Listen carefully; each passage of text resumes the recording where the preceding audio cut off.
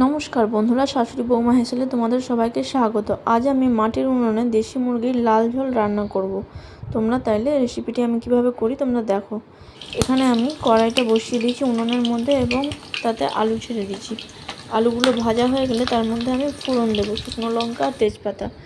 ফোড়নটা দেওয়ার পর পেঁয়াজ কুচিগুলো ছেড়ে দেবো।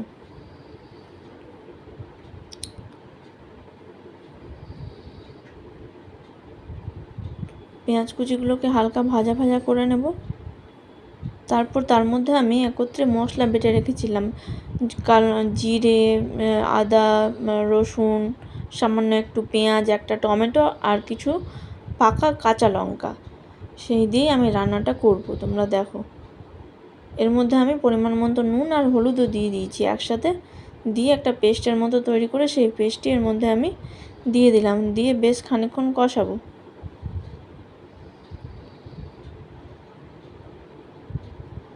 দেখো মশলাটা আমার একটু ভাজা ভাজা হয়ে গেলে তার মধ্যে আমি মুরগির মাংসগুলো দিয়ে দেব।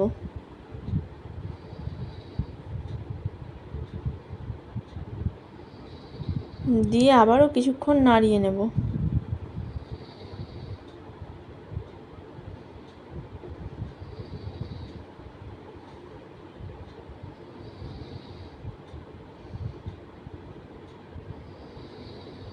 দেখো এদিকে আমার মাংসটা গায়ে সব মশলাগুলো মেখে গেছে।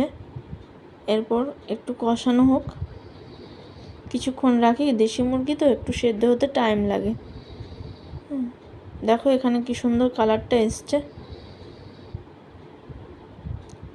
কষানো চলছে, একটু নেড়ে নেব, নিয়ে আর একটু কষানো হলে তার মধ্যে আমি জলটা অ্যাড করব।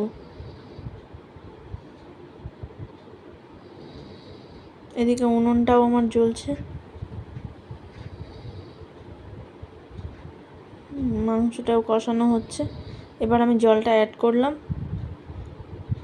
দিয়ে একটু জলটা সামান্য একটু পরিমাণে বেশিই দিয়েছি, কারণ একটুখানি ফুটবে, মাংসটা একটু সেদ্ধ হবে, একটু তো টাইম লাগবে, যার জন্য জলটা আমি একটু বেশিই দিয়েছি।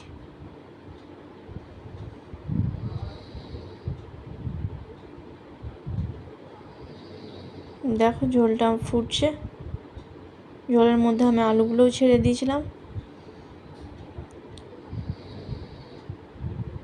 মাংস প্রায় আমার হয়েই এসছে।